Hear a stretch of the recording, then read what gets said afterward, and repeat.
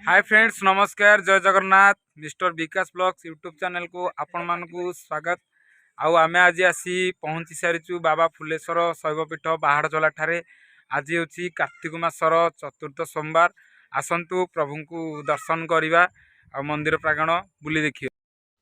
तो फ्रेंड्स देखंतु एठी गाड़ी पार्किंग करिवार व्यवस्था मध्य रही।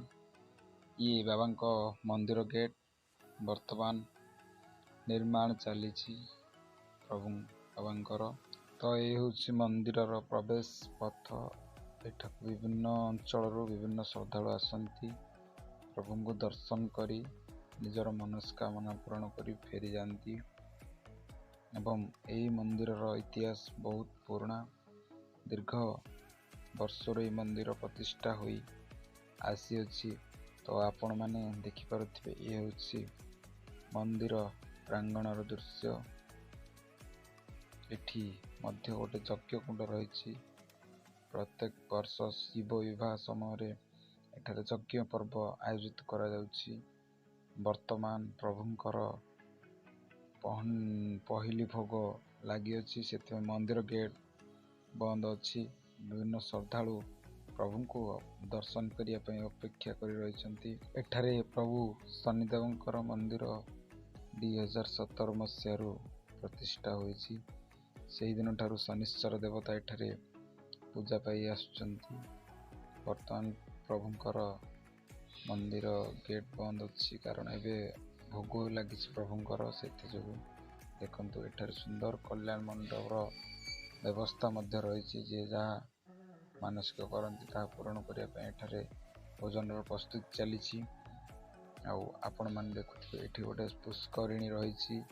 और ये हूँ प्रभु बाबा फुलेश्वर शैवपीठ।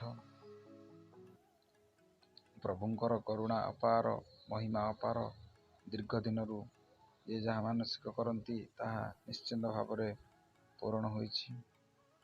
ये हूँ मंदिर चतुर्पार्श्वर दृश्य आपण माने देखि पारुथिबे। एवं निश्चिंत भाव में आपण माने प्रभु को दर्शन करने आसंतु।